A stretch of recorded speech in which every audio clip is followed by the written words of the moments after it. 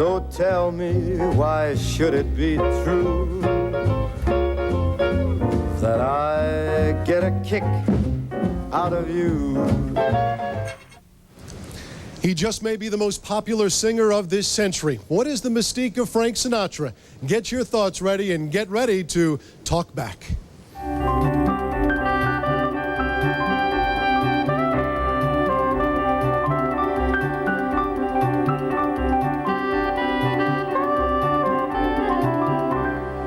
Hello and welcome to Talkback Live, CNN's interactive talk show.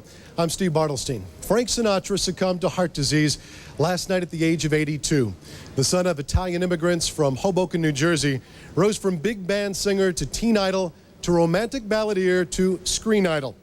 He recorded more than 200 records and appeared in more than 50 movies. Along the way, he hobnobbed with the famous and sometimes the infamous and collected millions of fans along the way. He died in the emergency room of Cedars-Sinai Memorial Center, his wife Barbara at his side. The Sinatra family spent a lot of time at its Palm Springs home, and we go there now live. CNN's Paul Verkaman is standing by. And Paul, what's going on at this hour in Palm Springs? Well, here's what's going on. If they could cast their vote for their favorite singer of all time, it would be for Frank Sinatra, who, as you said, spent so much time here. They built sort of a makeshift shrine to Frank right behind me. It says everything from the voice is still, but the music lives on, and we will always love you, Uncle Francis. So they've set up some flowers and some candles, and they're thinking about Frank Sinatra and just what he meant to this community. And one of the things he meant was star power. So many big names came into Palm Springs because of Frank Sinatra. In their heyday, the Rat Pack, Joey Bishop and Dean Martin and Sammy Davis Jr. What's more, it is speculation, but it is likely that Frank Sinatra could be laid to rest here. After all, both of his parents are buried here at Desert Memorial Cemetery in Palm Springs, and there is talk that Frank bought an adjoining plot. So we'll have to see how that plays out in the coming days. The family had talked about earlier that much of it will remain private. With a man with such stature, is that possible? Absolutely, and the reason that is possible is Frank Sinatra, unlike many other stars, did a very good job of sort of building a wall, a gauntlet around himself. He had a very tight-knit group. He had a publicist who handled most of his affairs. And you may even remember recently when his health was failing, there was not a lot of information coming out. And the publicist and the hospitals and everybody seemed to work closely together and didn't allow everything to get blown out of proportion, nor did they allow too many leaks. Other stars, of course, have been victimized by such leaks, but not Sinatra. He really knew how to close in the ranks and circle the wagons. All right, Paul, thanks very much for that update. And also to pass along, the Sinatra family has passed this along, that in lieu of flowers that you donate to Barbara Sinatra's children's charities and also Catholic charities. 10 years ago this week, Frank Sinatra and our Larry King sat down for what turned out to be their final interview together. Here is a portion of that memorable conversation.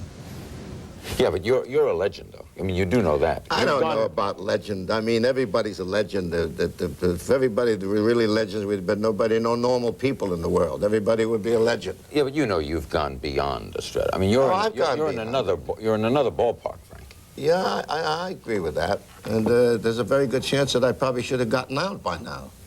But I enjoy it. You did quit. Well, I did. I took a hiatus, really, is what I did. I took about a year and a half, and I took it easy. I was tired. My throat was tired. I was tired. And I wasn't thinking clearly enough about what I was doing, and I thought, I think I need a lot of fresh air. Just get out. Is it still a kick when the man says, and now, ladies and gentlemen, they don't even say it, I guess, anymore. You just walk out, right? No, they make an announcement. Okay, ladies and gentlemen. What's a kick? Frank Sinatra. That's still a kick. Absolutely. And joining us now live from Los Angeles, Larry King. So does longtime Hollywood correspondent James Bacon. These friends of old Blue Eyes will help us understand what makes a legend. And Larry, I think that best said it right there. He still enjoyed doing it, and you could see it in all of his performances, in all his work. Well, in my opinion, the story of Sinatra is so legendary as to be beyond belief. He is obviously the greatest entertainer this country has ever produced. Just watching him walk on a stage, he changed the room. Few people can do that. Sinatra changed the room, whether it was a nightclub room, a living room, whatever room he walked into, that room changed. He was so diverse a talent. He was obviously the best phraser of songs ever. He may not have had the perfect voice. He told me that Vic Damone had the perfect voice.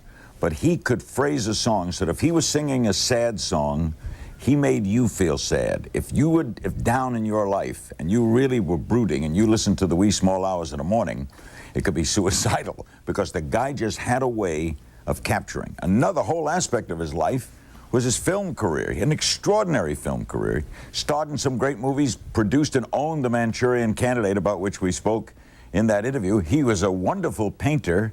For example, there's a whole line of ties out from his paintings, and this is one of them. This is from a Sinatra painting.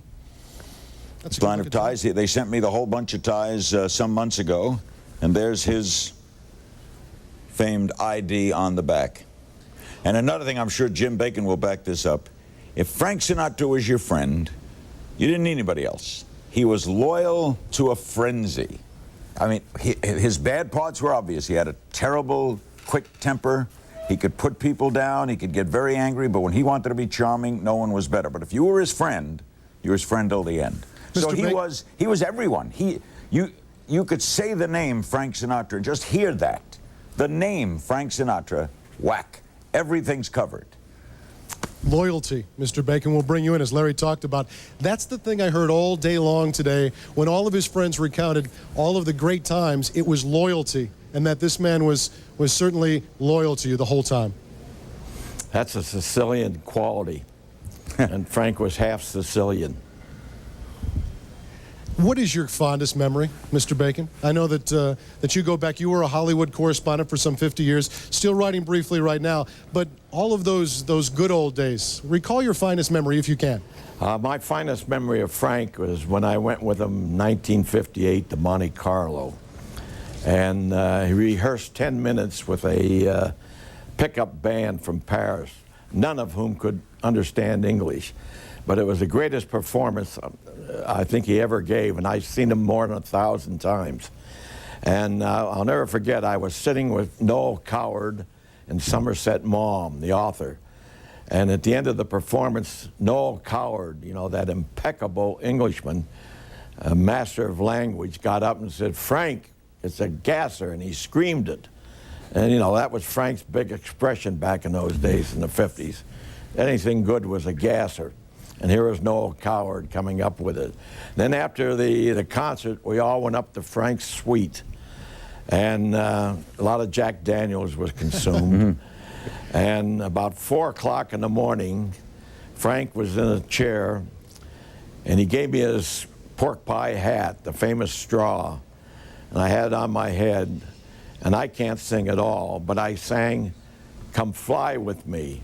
And every time I'd finish, Frank would say, "One more time." And I sang 5 encores, and I'd still be singing, but Noel Coward was playing the piano, and he got tired of playing it. Mr. Bacon, I know that you talked about your memories, and Larry, I think you alluded to it as well, that everyone has a different memory. Sharon, you have a memory, and you're from New York, when he was in his heyday. I remember the Paramount Theater and the Bobby Soxers going crazy. But mostly when I think of Frank Sinatra, I think of the romance. He had such beautiful poignancy, and he made us all feel that he knew the meaning of love and could express it. And Larry, he was the kind of guy, too, that could show that. He was vulnerable, yet very, very masculine. Very few folks have pulled that off, right? Correct. That's a great analysis, Steve. He was both vulnerable and controlling. The Ava Gardner story were obvious. Nancy, the first wife, the children, the involvements, the mafia rumors, all of it combined to make this probably the most incredible show business story ever. Because, as I said, there's nothing he didn't touch. The lady with the, I remember standing online at the New York Paramount during our interview, he reminded me he did 11 shows in one day once at the New York Paramount. He was all the rage. We first put down the Bobby Soxers, and then we got to understand the music ourselves. There's just, the legend will never go away. You'll never get, Frank Sinatra will be on every radio in America tomorrow. He'll be in barbershops and nightclubs. The songs will live forever. The 200 albums, everyone's got a favorite song. My favorite song was "There Used to Be a Ballpark." He's the only one ever recorded it. It was written as a kind of a tribute to Ebbets Field in Brooklyn. Right. It was one of his favorite songs. I could listen to that all day long. Everybody's got their own favorite Sinatra song. Yeah, my favorite was the only song he ever wrote.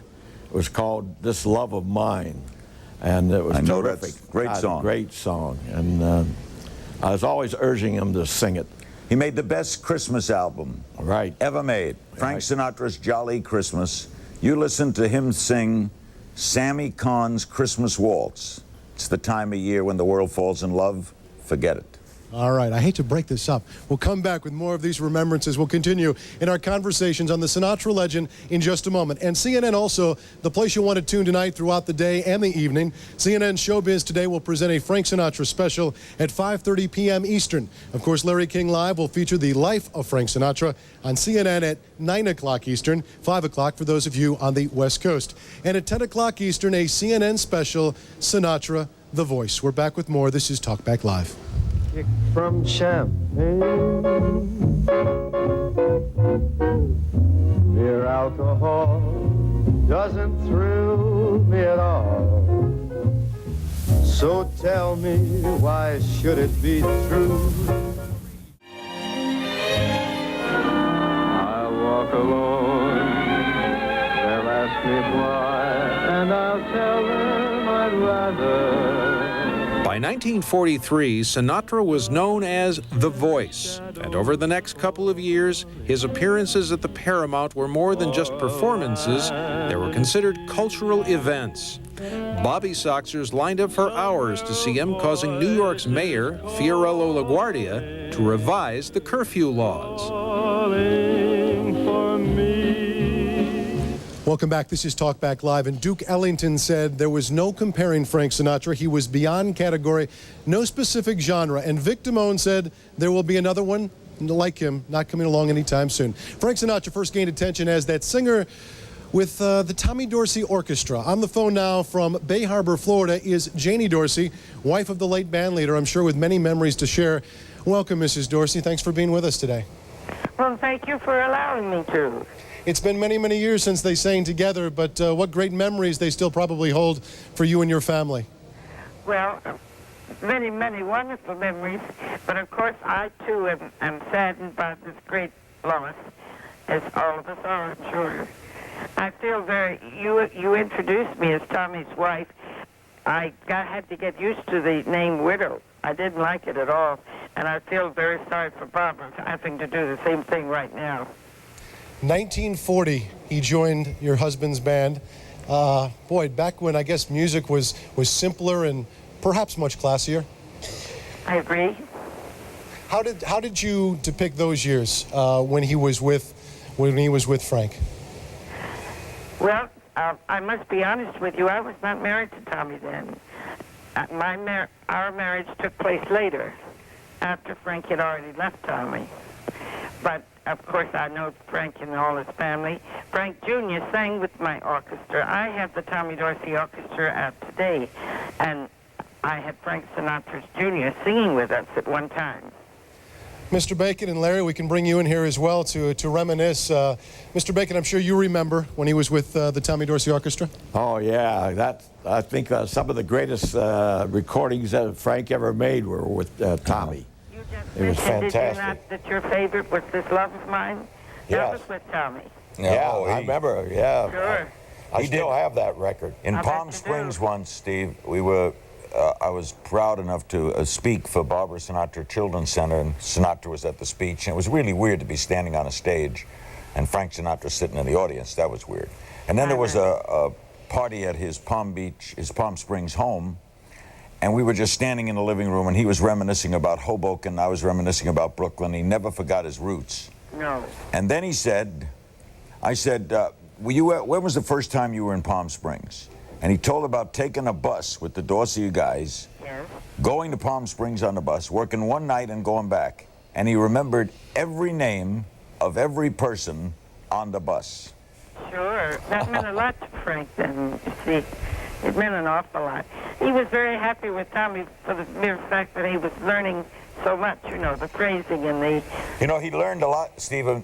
Mrs. Dorsey's correct.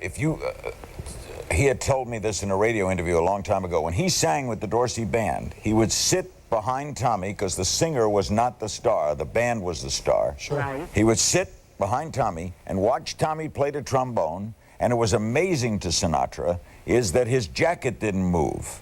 There's these wonderful notes would come out but nothing was happening back. It looked like he was sitting sleeping. And so he tried to train himself, Sinatra. He would go home and try to ape what Dorsey did with the trombone. Yes. To what he got did his with phrasing words. from Tommy. Yes. And also, Larry, I saw in your interview today, he also used to swim underwater to work on his lung controls. That's right. He would go home and he also go home and listen to Yehudi Menuhin's violin, lie on a couch and cry. He didn't know what the number was that Menuhin was playing, but he knew it moved him. So he tried to take that and put it into performance. So he was an interpreter, a singer, and a musician. And a great actor. Great actor. And a great actor, sure. Did he read, Mrs. Dorsey, did you ever hear a story? How much music did he read? We hear so many conflicting reports. Yes, he did read music. Yes, he did. And he was a super perfectionist, Steve. You better, you know what, there's an album, one of his last albums was... Duets too? No, L.A. Lady. Okay. L.A. is my lady. Yes. In that album is a great recording of Mac the Knife, in which in the middle he pays tribute to Bobby Darin and Ella Fitzgerald. Yes. Quincy Jones produced the album. They recorded it in Los Angeles, 12 numbers. He's in New York. He hears the tape. He doesn't like that number. He flies the whole band to New York to recut that one number.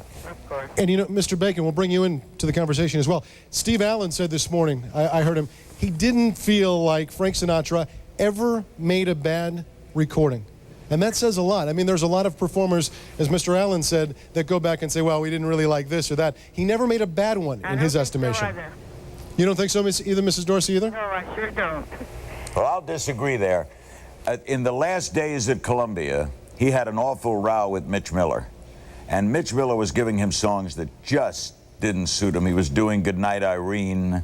He did a song once, get a mip, map, mop, and a bim, bam, broom, and clean, clang, clean up the rim, ram, room, 'cause your bim, bam baby's coming home tonight. Larry, I'm glad I didn't hear that.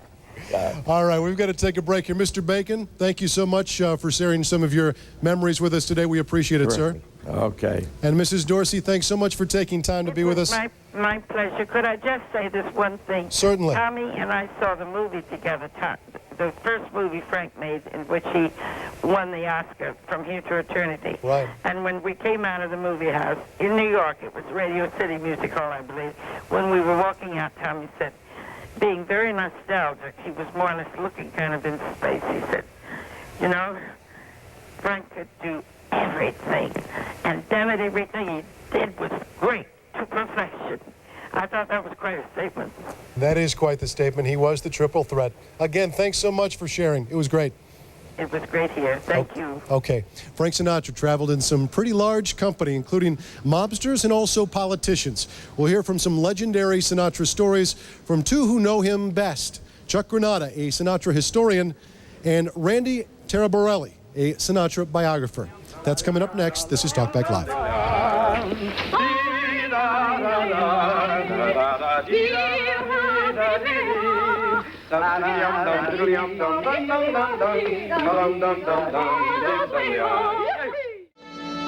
The bestseller From Here to Eternity was about to become a movie, and Sinatra felt the role of the scrappy soldier Maggio was perfect for him. Mess with me, fat stuff, and I'll bust you up.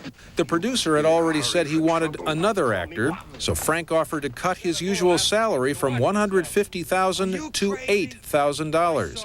And when his then-wife Ava Gardner used her influence, the producer relented. I had to get out, Prue. I had to get out. Sinatra went on to win an Oscar for his performance. No, they ain't gonna send me this time. Watch out for Fatso. Watch out for Fatso. Welcome back. This is Talkback Live, and I think that's what everyone's been talking about, what a great actor is. You can see it in there. We are talking about Frank Sinatra, the man and his legend, and I think everyone has their own story about Frank Sinatra. I know that you have one in the back. Dorothy? Well, I'm from Chicago originally, and I grew up with Frank Sinatra. He means everything to me. I remember when he was on the stage at the Chicago Theater. I remember when the Rat Pack came to Villa Venice. I remember High Society, which I love because of Bing Crosby and Satchmo, Grace Kelly. I thought that personified Frank. That's the way I like to think. He's just like that.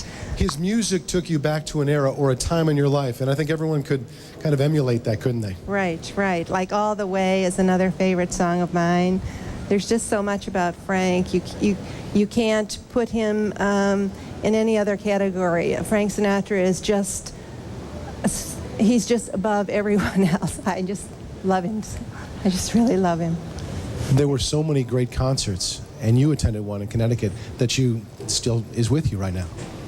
Yes, it was shortly before he stopped performing. We were in Hartford, Connecticut. He came to the Civic Center, and when he first started singing, he was kind of talking his words, but in no time at all, he was singing his heart out, and he had the audience in his hands, and we just stood up and couldn't even sit down and couldn't stop clapping. He was just magnificent. And Larry, I know you're still with us. He was more than just a singer. He was a great, great storyteller. And I think that's what probably separated him, wasn't it? He sure was. When you saw Sinatra perform, and I've seen him so many times, he would always stop in the middle of every act, sit on a stool, and tell stories. And that was part of the Sinatra shtick. And he had a wonderful, another thing you'll notice when you listen to the interview and watch it, he had a great speaking voice. In addition to a great singing voice, he had a speaking voice that was very, very compelling. And also, one thing I'd like to clear up, the myths about Sinatra. There's been a myth for years, and they just reported it on From Here to Eternity, that he got that role by either pressure from the mafia, which was in the movie The Godfather, or that Ava Gardner used influence, when in fact, Frank Sinatra didn't get, he told me the story, he didn't get the role. Eli Wallach got the role, the actor. Eli Wallach reported to the set. Sinatra had been turned down, he finished second. Wallach gets a telegram from Tennessee Williams asking Wallach to do a play in New York. Wallach asks the producer if he can get out of the movie to do the play. That's how Sinatra got the part. And every year, Sinatra sends Wallach flowers on his birthday. Wow. Joining us now, Larry, into the conversation, two people who have followed Frank Sinatra's life and times. From New York, Chuck Granata, a Sinatra historian, and from Los Angeles, Sinatra biographer Randy Taraborelli. And Randy, let's start with you. What is your greatest memory of Frank Sinatra, and how would you depict his life and times? That's kind of broad, but... Yeah, it is broad when you talk about somebody like Frank Sinatra. I think Larry King really hit it on the head earlier in the show, that this man really was a poet, because only a poet would be able to express his emotions and his feelings and great passions the way Frank Sinatra did for so many years. He really was the greatest interpreter of popular music. And as Larry said, even Frank felt that Vic Damone, Tony Bennett, people of that ilk had better voices. But nobody was the kind of interpreter and poet that Frank Sinatra was. And this music will live on and on and on. Chuck, he was almost erotic, some predicted him as being, depicted him rather, as being in some of his music back then.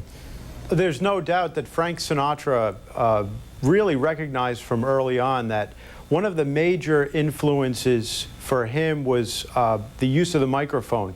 He brought that use of technology to the forefront, not only for vocalizing, but also as kind of like a sexual subtext of his art. And I think he really noticed that early on he was acting and not just singing. He brings that expressiveness right into every line that he sings. And that's the genius of Frank Sinatra. Here was a private man who could really bare his soul through his music. Randy, fact or fiction, how much of it is true, his ties with organized crime? Well, you know, we're talking a 40-year history here of that. People don't know that Frank's parents had a dangerous job when he was young. They ran a bar during Prohibition. So you know that Frank was always surrounded by, you know, different kinds of people. And it should really be noted here that in the 40s, Frank Sinatra so elevated the image of Italian Americans in this country that, of course, certain mobsters wanted to have Frank in their company because they were elevated just by his presence in their lives. Now, Sinatra was also the kind of guy who was fascinated by tough characters, and yes, at times he did do business with them, But everybody in the 50s, 40s, 50s, and 60s who was a performer in this country worked for certain mobsters who owned nightclubs. And I might add, Steve, he was one of the co-founders of the Italian Anti-Defamation League because Italians were so defamed in America. He was a great civil rights leader, too. We forget that, leaving that out. Also, Frank Sinatra forged, he wouldn't go in a hotel where blacks couldn't stay or entertain. He would never perform before a segregated audience, ever. He went down to Miami to work, and the black sometimes entertainers were put in another hotel. Sinatra once stayed in that hotel. There's a legendary story. He took Lena Horne to the Stork Club. The Stork Club at that time didn't allow blacks. So the manager fumbled around, went back, looked in, the reservation book, came back. Obviously, they weren't going to seat her. And they said to him, Mr. Sinatra, who made your reservation? We don't seem to have it. And Sinatra said, Lincoln. There you have it. Let us take a break, gentlemen. We're going to take a commercial break. More Frank Sinatra, the man and the legend, when we get back. This is Talkback Live.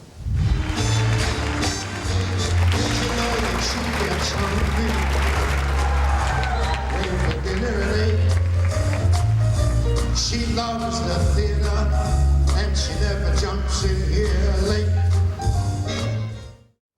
Get away. I am about to make a brand new start. Join our Talkback Live discussion.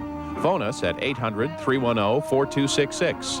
Fax us at 888-310-4FAX. Or go online at cnn.com/talkback. Great memory right there. New York, New York. Welcome back to Talkback Live. I'm Steve Bartlestein, and today Americans are remembering the music legend and pop icon, Frank Sinatra. And we've got a young man on the phone. We talked earlier in the audience on how this man has transcended the different generations. On the line is a 22-year-old college student. Now, your grandparents turned you on to Frank Sinatra. You've been a fan ever since? Well, my grandfather, he was an Italian-American also, and I just remember the Christmases. And the first album I heard was Sinatra at the Sands. I fell in love right then and there with the guy. I'm staring at my room right now, and it's just a shrine to him. Every album I own is probably Sinatra. I'm an RA here on campus, and most of the programs at the Institute revolve around Frank, so I try to educate the young people out there about Frank because I just adore the man, everything about him. I mean, he was such a generous person, and I just hope the media doesn't, after he's gone, start, trashing his name and everything, because he was such a wonderful entertainer. He was one of the best, and legend can't even describe his name. He's just so fantastic. Now, as much as part of his musical tradition, it's probably part of the family lifestyle there. You grew up Italian, you got to love Frank, right? Oh, it goes with the neighborhood. I mean, it's just everywhere we go, it's Frank playing, because I remember one time I was watching TV with my grandfather. I was probably about 7 years old, and Frank came on TV and he said, "Jerry, he has the face of Italy." So I remember that from when I was real young, and I just love him much, and this is a sad day for me. Very well said. We also have a good paisan, Del Baroni, who is a musician. Now, Del, you were quite influenced by his music, right? Yes, I was. Being just a musical craftsman and doing it for a living, I went to see Sinatra once, I think it was around '79 in Fort Lauderdale, and he did a segment of his show where he would sit and just sing some torch songs, which are ballads. And for the first time, I didn't even think about it, but tears were just streaming down my face. And I said, there's something to this guy. And I began to look into what it was he had. And when he sang a song, he owned it. And there was no one else that could compare to that. And I realized, especially in his ballads, that he could just soften a hardened heart, or he could help to heal a broken heart. And I says, this is the way to go. Buddy, and how many folks, musicians and folks in general, all had that same type of feeling, that same experience with Frank Sinatra? Buddy? Yes. Buddy, are you there? Yes. Oh, I'm sorry. We didn't introduce you yet, but I'm just kind of assuming you're there. Buddy Greco, who is most influenced, and I'm sorry about that. He knows about the big band era. He performed with Benny Goodman, also knows about Sinatra. They were together only a few months ago, too, right, buddy? Oh, yeah. Well, Frank and I were friends for 50 years. We've known each other forever. And what is your fondest memory, buddy, of him when you were in... Well, when you spend the time that I did with Frank and his family, and he with my family, I could be on the air for a year. I think just to kind of sum it up is that he really gave us the opportunity to, you know, all the singers. I mean, if it wasn't for Frank Sinatra, he gave all the singers a chance to make a good living for themselves and go on to successful careers, because if he wasn't around, there would be no Buddy Greco or Nat Cole or Jack Jones or whatever. I mean, he was the main person. Let me get this story right. 1955, this is what I heard at the Sands Hotel. He walked in, and you said, quote, God just walked in. That's right. Is that how much of an effect he had, like Larry King talked about earlier? He just walked into a room and lit it up? When Frank would walk into a room, everything stopped. He had this aura about him. He had those great blue eyes, and he had this mystique of this really tough guy, but really underneath there was a side of Frank that very few people really knew. And I guess I was one of the few that was lucky enough to know this warm, wonderful, generous man. He was just an icon. I mean, there's no words that can explain who Frank Sinatra really was. There was a time when he talked about Bing Crosby being the finest crooner of that time. And I think this is a great story. Buddy, he had said that he comes along once in a lifetime. Unfortunately, it was during my lifetime. No, he and Bing were very close. They lived not too far from each other. You know, it's such a funny thing in the 60s and the 70s and so on, when we all were here in Vegas and so there was a camaraderie that really does not exist any longer, and there's very few people left. And by his passing, really, really saddens the world. It certainly saddens me. I'm sitting here in my office just looking at all these pictures of Frank and I that we took over the years, and it's just one of those days that nobody will ever. It's like when President Kennedy passed away. Everybody will remember when Frank Sinatra passed away. Well, Buddy, we appreciate you taking time. We're short on time, but thank you very much for sharing, too. It's my pleasure. Thank you so much for asking. And you were called the musicians. He, I guess, is a singer. Would that be fair to say as you leave? Well, that's what they say. And I'm very happy that I'm still, you know, making records, and my career is doing well, and I certainly owe a lot to the man, because as a singer, he taught me a lot of things that I really didn't know that I owed certainly to him. Thank you so much, Buddy. Thanks for taking time. Thank you. All right. Steve Allen also said today, there is not a singer alive that did not take something or learn something from Frank Sinatra. That's saying a mouthful. We'll say a lot more when we get back. This is Talkback Live.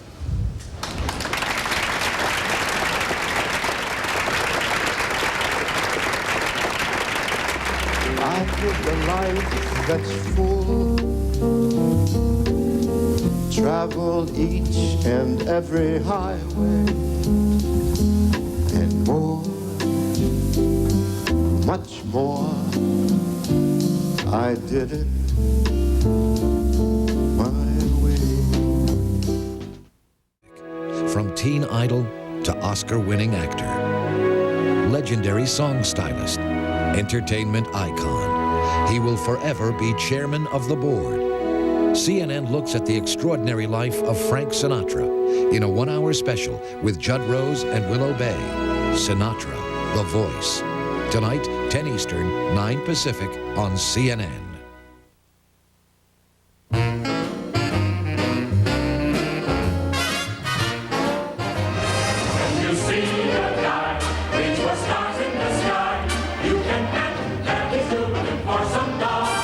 Sinatra liked to control everything that had his name on it. His movies, TV appearances and records, even his public appearances. One of my favorite kinds of... Please, we've only got an hour. Please. Welcome back. This is Talkback Live, and Chuck Granata, a Sinatra historian. Let's go to you right away. We've talked about it throughout the hour, but what a great phraser, wasn't he? I mean, that was probably his greatest attribute. I don't think anyone could dispute that Frank Sinatra really brought so much to vocal technique for all vocalists. He just perfected this incredible style. He became the first song stylist. He built on what Bing Crosby started, but he brought his own nuances and his own innovations to that phrasing and to that intonation, which is just marvelous. And another thing Very expressive. Very well stated now, that I would add to that, Steve, is that Frank Sinatra, who's done so many things in his life, you know, that we think of all the things, and we were just reminded here, he started a record company. He called it Reprise. He gave higher royalties to singers, an enormous amount, right? An enormous amount of talented people joined Reprise, and that was all his baby, to give singers a better break in the songs they record and the money they make from it. Well, he was the great Vic Damone recorded for Reprise, and you know, Dean Martin had a hit record in the mid-'60s that knocked the Beatles off of the #1 spot on the charts with Everybody Loves Somebody Sometime, when most people thought Dean would never have a hit record, and that was for Frank's label Reprise. And Nancy Sinatra's big hit records, Sammy Davis Jr. recorded for Reprise, Rosemary Clooney, the McGuire sisters. I mean, this was a major label, not to mention Frank's great Reprise hits, That's Life and My Way and all the rest. This was an important label that Frank Sinatra started. And you know, Sinatra was just so important because he was an artist who had vision. And fortunately, he had at some point the power to bring that vision to light and to do and act on what he believed was right for other artists and for his own creative work. And that's, we are richer for it to have that recorded legacy. And I just wanted to add something because Larry was talking earlier about Lena Horne. We have to remember that it was Frank Sinatra that very early on in the early 40s championed for Sammy Davis Jr. and really kind of took him under his wing and opened a lot of doors, not just for Sammy, but for a lot of other black artists. How about the movie The House I Live In? Incredible. Which won him an Academy Award. It's a 12-minute movie where he comes out of a house and whites are fighting blacks, little boys, and he gathers them all together and sings The House I Live In, a plot of earth, a street. Great example, Larry. And you know what? When I think of The House I Live In, I think of not just Sinatra's position on social tolerance, but also it really points to his family values. It's a big part of that message that he was trying to bring across. People don't know. He divorced Nancy, of course, and left her, and it was a scandal. Do you know he called Nancy every day of their life? Oh, Nancy Jr., who is, I consider to be a close friend, has told me that's one thing that her dad never lost sight of. He always held his family very dear. Even though he wasn't there all the time, that was probably the most important thing, and they were closest to his heart. Yes, and I think that endeared him to so many people around the world, but particularly we were talking earlier about Italian Americans. One of the callers said that he was a hero in his Italian American family. I'm half Sicilian like Sinatra, and in my Italian American family, Frank Sinatra was a hero, partly because, as well as his musical ties, but because of the family ties and the strong loyalty he felt for his family and his friends. And by the way, Steve, on the God line that you mentioned, Tony Bennett told me this story. He was in a plane once, a private plane flying somewhere, Bennett, to sing, and they hit a lot of turbulence, and they were really racking all over the sky, and they were scared, and Tony said, should have called Frank. Gentlemen, on that note, I wish we could do this like for about an hour, but Larry, thank you so much for your time, sir, in Los Angeles. Great stories there, and Randy. Thank you. And Chuck, appreciate it. Thanks for taking time to be with us. We're back with final comments after a break. This is Talkback Live.